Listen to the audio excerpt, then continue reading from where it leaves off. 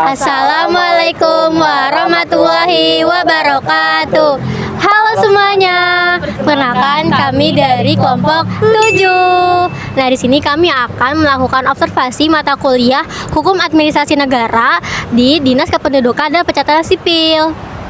Baik, perkenalkan, nama saya Biasir Hamam Syaifullah dengan NIM 14176255055. Saya Arum Arifin dengan NIM 14176255056. Saya Kaila Farisa dengan NIM 14176256060. Saya Raden Siti Kalila Privasa Buma, NIM 14176255061.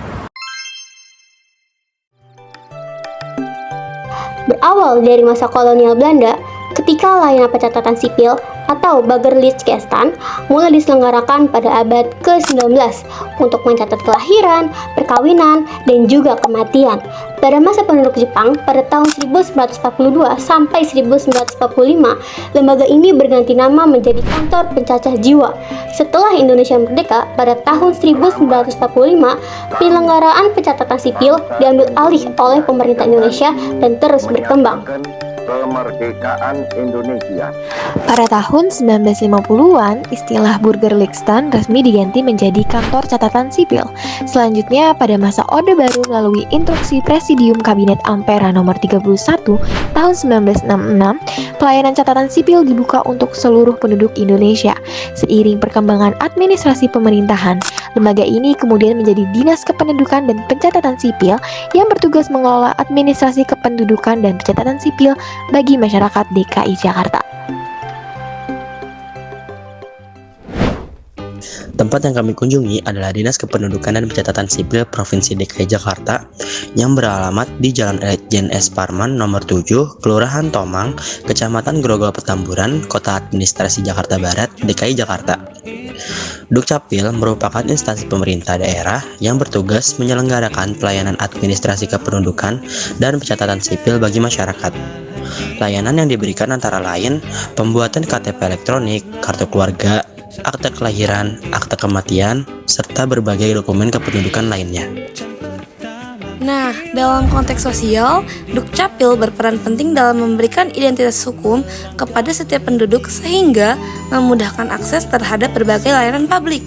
Dalam konteks hukum, dokumen yang diterbitkan Dukcapil menjadi bukti sah mengenai identitas dan status hukum seseorang.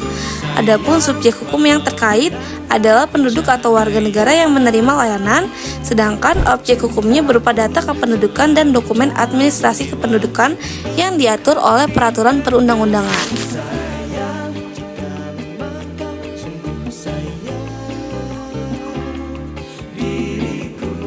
Oke, baik, dari hasil wawancara juga diketahui bahwa Dukcapil telah menerapkan sistem pelayanan berbasis digital.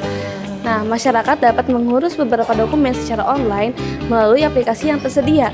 Namun, masih terdapat kendala yang sering terjadi, yaitu sinkronasi data pada sistem aplikasi Dukcapil sehingga terkadang menghambat proses pelayanan masyarakat.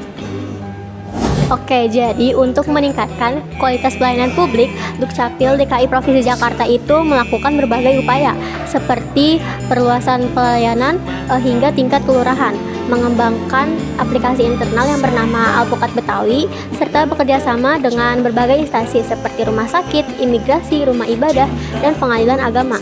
Selain itu, terdapat juga layanan seperti jemput bola, seperti Jumat petang, layanan sapa, dan layanan peduli Dukcapil untuk membantu masyarakat yang mengalami kesulitan mengakses pelayanan secara langsung. Dan juga jenis pelayanan yang ditangani oleh Dukcapil itu meliputi pendaftaran penduduk, pencatatan sipil, dan pengelolaan informasi kependudukan. Produk layanan yang dihasilkan berupa dokumen kependudukan dan data kependudukan, seperti KTP, KK, KIA, surat pindah, akta kelahiran, dan juga akta perkawinan. Dalam pelaksanaannya, persyaratan administrasi mengacu pada Peraturan Presiden Nomor 96 Tahun 2018 dan Peraturan Menteri Dalam Negeri Nomor 108 Tahun 2019. Oke, baik. Berdasarkan hasil wawancara tadi, masyarakat dapat mengakses layanan di Dukcapil melalui pelayanan tatap muka maupun online. Pelayanan tatap muka tersedia di kelurahan, kecamatan, suku dinas, dan unit pelayanan khusus.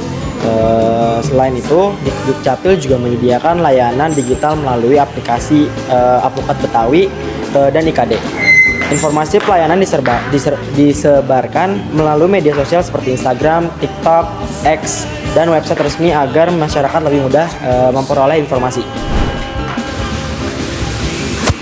Sekian hasil observasi dan wawancara mata kuliah Hukum Administrasi Negara dari kelompok 7. Bye!